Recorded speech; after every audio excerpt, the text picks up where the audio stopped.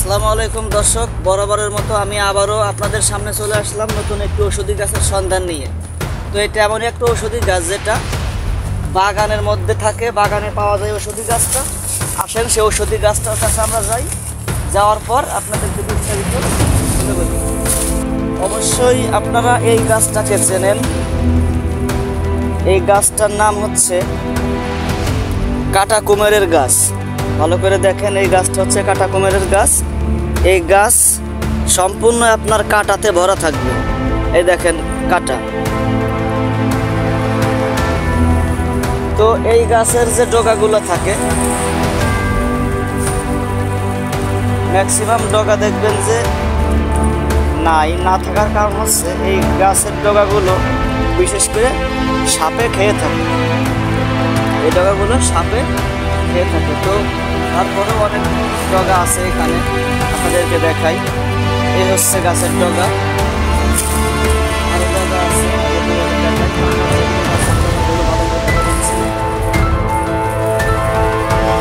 এই দেখেন গাছের ডগাগুলো।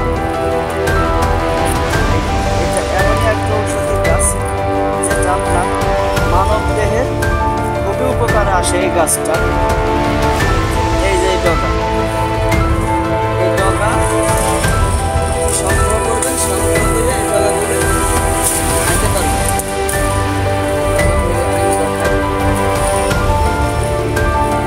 দেখেন ডগা।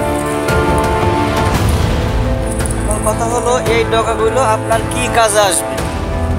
বিশেষ করে যাদের শারীরিক সমস্যা আছে, শারীরিক সমস্যা যাদের আছে তারা এই ডগাগুলো খাইতে পারবে।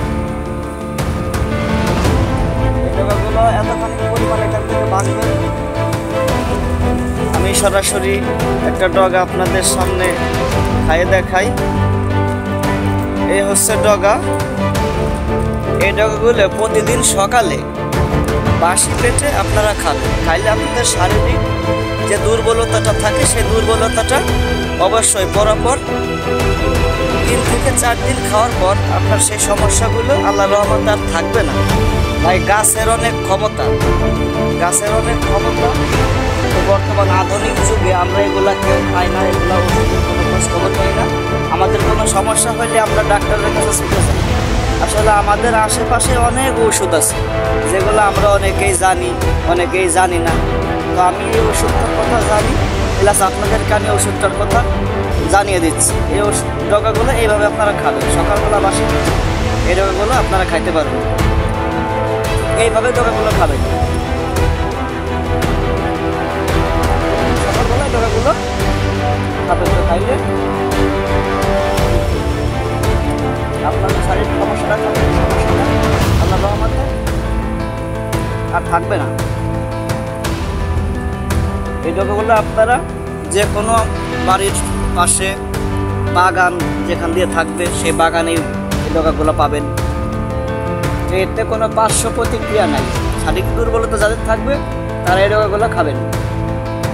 অবশ্যই এতে আপনার কোনো ক্ষতি হবে না, উপকার হবে। এই গাছগুলো ভালো করে চিনে রাখেন। এই যে এই ধরনের পাতা হয়, আর গাছ ভর্তি কিন্তু কাটা থাকে। আর এটা হচ্ছে আপনার সেই ডগা যেগুলো আপনি খাবেন। এই দেখেন প্রত্যেকটা গাছের সাথে ডগা আছে। এই ডগাগুলো অবশ্যই আপনারা খাবেন। তো যাই হোক, আমার এই ভিডিওটা যদি ভালো লাগে আপনাদের কাছে, এই ভিডিওটা শেয়ার করবেন, মানুষদেরকে দেখাবেন।